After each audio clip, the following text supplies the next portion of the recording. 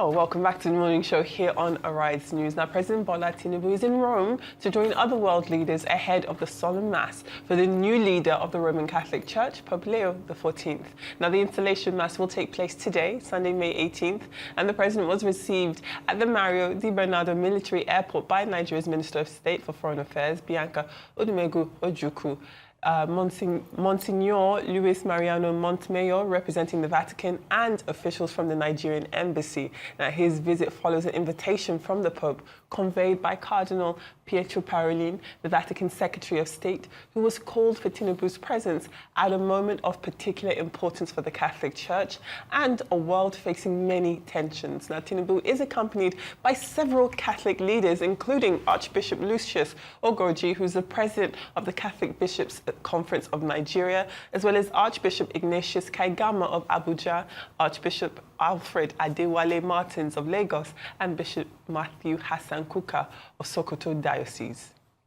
It's such a historic moment, isn't it? There's been so much focus on the Roman Catholic Church since the passing, of course, of Pope Francis, and then the papal conclave, where there was so much anticipation of who was going to be the next pope, when we were going to see the smoke, and it seemed to catch some people by surprise. For me personally, I didn't think it would happen so quickly, but many Catholics I spoke to said no, they would have expected within 2 days that they would have and announce a new pope. Standard. That's what I'm told, that's the standard. So I thought this was going to be like, a week-long process where we would continue to see smoke and smoke and smoke. And then we did, of course, have the unveiling of Pope Leo XIV. Today is his inaugural mass. So again, you'll have world leaders from around the world, including, of course, our own President Bola Ahmed Tinubu. And this is quite significant because, again, it just shows that the Pope and his political position, if you can even call it that, is one that seems to want to bring everyone together. So I think him having an international audience is to that effect. The importance, I think, and also another level of significance of President Tinubu being there is to show that within this country, there are definitely systemic efforts to make sure that we calm any religious tensions. Now, if we cast our minds back to 2023, when then presidential candidate Tinubu was on the ticket for the APC alongside Kashim Shettima, there was a lot of speculations that a Muslim ticket could underscore persecution of Christians. Now, to some effect, unfortunately, we have seen that happening, where you have in some areas of the country, especially in the north, Christian communities feeling targeted and actually being targeted. And I think that has caused and sounded a lot of international sound bells for them. That's why we have a situation where, the House Committee on Foreign Affairs in the United States, they have a subcommittee on Africa specifically. And it was recently that subcommittee recommended that President Trump install sanctions on Nigeria because of the persecution of Christians. And though that has not happened yet, it is quite important that Nigeria show its international community that is something that they are definitely working on.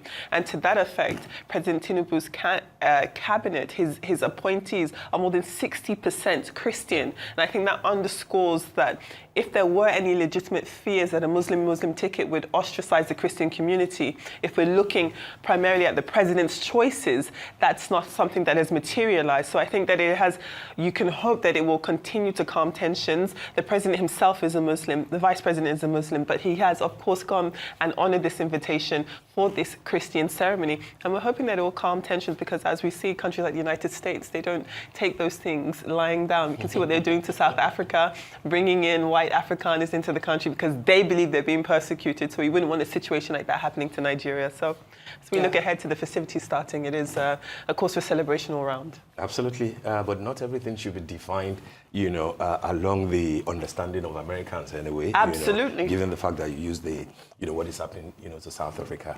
I like the fact that the President Tinubu is in Rome, personally, given the background that this day, I think it was 3-4 days ago, the leader of this day highlighting the fact that not only, not only was he going to Rome to honor the invitation, the personal invitation to him, but he was also leading with 62% thereabout with Christian appointees.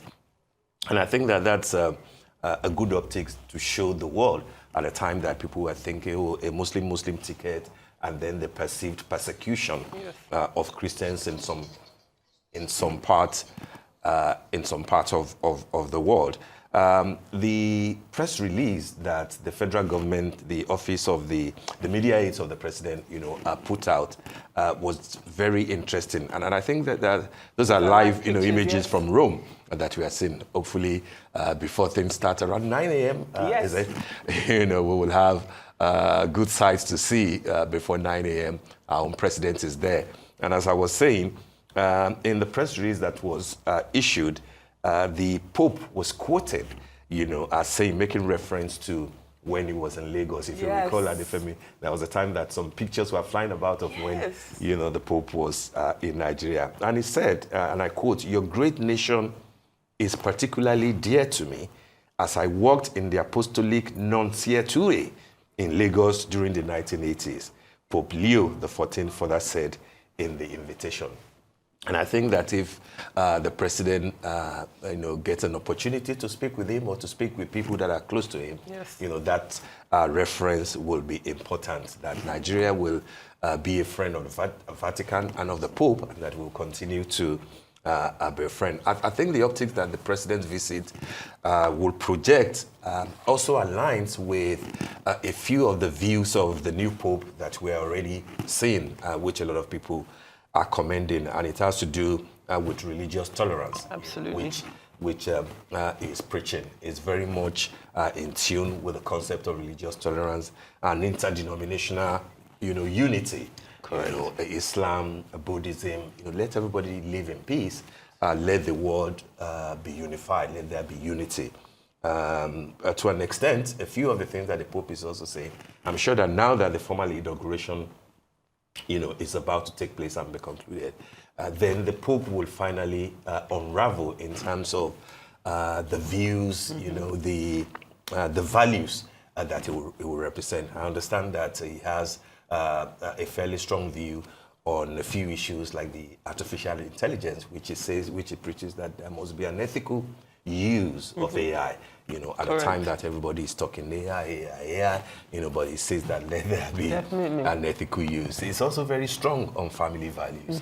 A lot of people who have tried to compare him to his predecessor, given the sort of liberal views, with all the attendant controversies that he represented. But this is a new Pope who is saying, I believe strongly in family views. I believe that the old concept of marriage should be between a man and a woman, in tune and in line with the doctrine handed over to him by the owners of the faith. So I think those are the sort of a thing that we now begin to see now that that the Pope is finally settling down. I also like that, like his predecessor, is saying that he won't be drawing any salaries.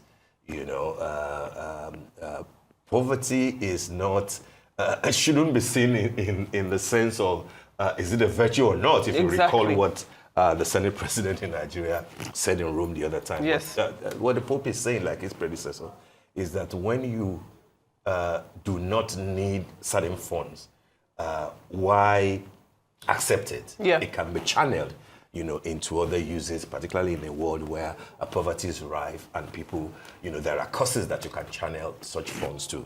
And that is commendable, given the fact that everything that the Pope will ever need, till it will pass on, is sorted. Will be taken care of by the church, by the Vatican. So to give that, we see it, in a way in politics sometimes. Deodorizing the whole idea of I'll take 50%, salaries, or I won't take salaries at all. Of course, we know that in luxury, the kind of, things that politicians have access to is certainly different from what is happening, in the Vatican and the Pope. And we can only wish him well. He's got more than 1 billion adherents behind him, wishing him well. His voice, as you know, will be strong in world affairs, particularly in America, where he's from. His voice will be strong in matters that even affect Africa. I like the fact that he has spoken about the dignity of immigrants, for example, and we should commend him to do a lot more where it concerns, the values of human beings and the dignity of entire humanity. Okay.